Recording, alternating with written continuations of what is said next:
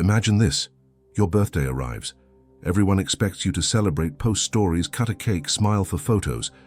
But you wake up, look at the date, and move on like it's just another ordinary day. No excitement, no announcements, no reminders, just silence. Have you ever wondered why some people do this? Is it emotional maturity, hidden trauma, self-protection, or a psychological pattern even they don't fully understand? Today we're uncovering the dark and unusual psychology behind people who treat their birthday like nothing special. And trust me, the truth is far deeper than you think. You know, birthdays are supposed to be a universal symbol of joy. You're expected to celebrate, to feel special, to let people love you. But the problem is, psychology doesn't always follow society's expectations.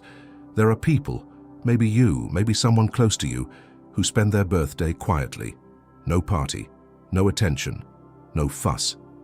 It's not that they hate birthdays. It's that birthdays trigger something inside them. For some, it's a reminder of time slipping away. For others, it brings back memories they'd rather forget. And for many, it's a day that shines a spotlight on something they spend the entire year trying to hide: their relationship with themselves. Let me tell you a quick story.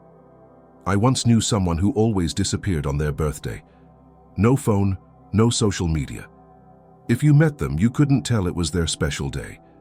One day I asked, "Why do you avoid it?" They smiled and said, "Because birthdays tell you who actually cares, and sometimes I'd rather not know." That line hit me like a punch. You see, birthdays expose emotional gaps, unmet expectations, and hidden wounds. They remind you of the people you lost, the love you didn't receive, the childhood you wish you had. And when the mind senses emotional danger, it switches to protection mode. But is protecting yourself hurting you even more? Let's dive deeper. There's a psychological pattern behind treating your birthday like a normal day. And it's not as simple as, "I just don't like celebrations." Here are 5 deep psychological layers that reveal what's really going on. 1. The fear of disappointment. People who keep their birthday small often have one thing in common. They've been let down before. Maybe someone important forgot. Maybe plans fell apart. Maybe they felt invisible on the one day they actually hoped to feel seen. So now, instead of expecting something and getting hurt, they expect nothing. It's emotional self-defense dressed as maturity. 2. The low self-worth filter. This one is subtle. Some people genuinely believe they don't deserve attention. They're so used to putting everyone else first, they feel uncomfortable being celebrated. If you compliment them, they deflect. If you give them a gift, they freeze. If you plan a surprise, they think you're doing it out of pity. It's not that they don't like gifts. It's that their mind whispers, "You don't deserve this." 3. Hyper-independence. Some people grow up in environments where they learn, don't rely on anyone, don't expect anything from anyone. If you want something, get it yourself. Birthdays, however, are built on receiving love, receiving effort, receiving attention. But hyper-independent people don't know how to receive, only how to manage everything on their own. So they avoid the day entirely. 4. Emotional minimalism. This is the group that treats every day the same. They've trained themselves to maintain emotional neutrality. No big highs, no deep lows, no excitement spikes. They think, if I don't celebrate too much, I won't feel sad when the moment is over. It's control, it's predictability, it's emotional safety. But sometimes, safety becomes a cage. 5. The invisible pain theory. This one is the darkest. Birthdays trigger reflection. What have I achieved? Where am I going? Why am I not where I thought I'd be?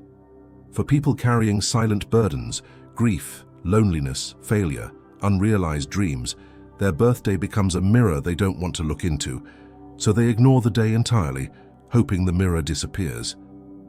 But here's the twist. Even though they act like it doesn't matter, it does.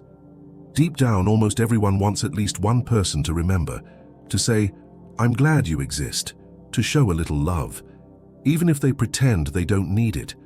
And this internal conflict, the desire to feel special while fearing it, creates a psychological knot that grows tighter each year. Here's the darkest psychological twist of all. People who treat their birthday like a normal day aren't avoiding celebration. They're avoiding vulnerability. Think about it. Birthdays require you to feel worthy of attention, accept love, stand in the center, allow yourself to be taken care of. And that is terrifying for someone who has never felt emotionally safe. Some people celebrate others loudly, but shrink when it comes to themselves. Because celebrating yourself requires one thing: self-acceptance. And for many, that's the one thing they don't have. Here's a truth most people won't admit. Ignoring your birthday is often a sign of emotional exhaustion. It's a silent cry that says, "I don't want to be disappointed again. I don't want to feel alone today. I don't want to pretend I'm happy." People don't avoid birthdays because they're simple. They avoid them because birthdays demand emotional honesty. And emotional honesty is the one thing they've learned to fear. This is why so many adults lose interest in their birthdays. Not because aging is scarier, but because remembering your own existence forces you to confront how you've lived it. And if you feel like you haven't lived enough, loved enough, achieved enough, or been loved enough, your birthday becomes a quiet emotional storm. But wait, there's something even deeper. People who ignore their birthday often celebrate others with passion. They give gifts, show up, plan surprises. Why? Because they want others to have what they never did. Because giving love feels safer than receiving it. This is the paradox that shapes their emotional world. So what now? If you're someone who treats your birthday like a normal day, or you know someone who does, what's the takeaway? Here are some powerful insights. 1. You don't have to celebrate loudly, but you shouldn't disappear. A birthday isn't about cake or photos, it's a reminder that your existence matters. Even if the celebration is quiet, acknowledge yourself.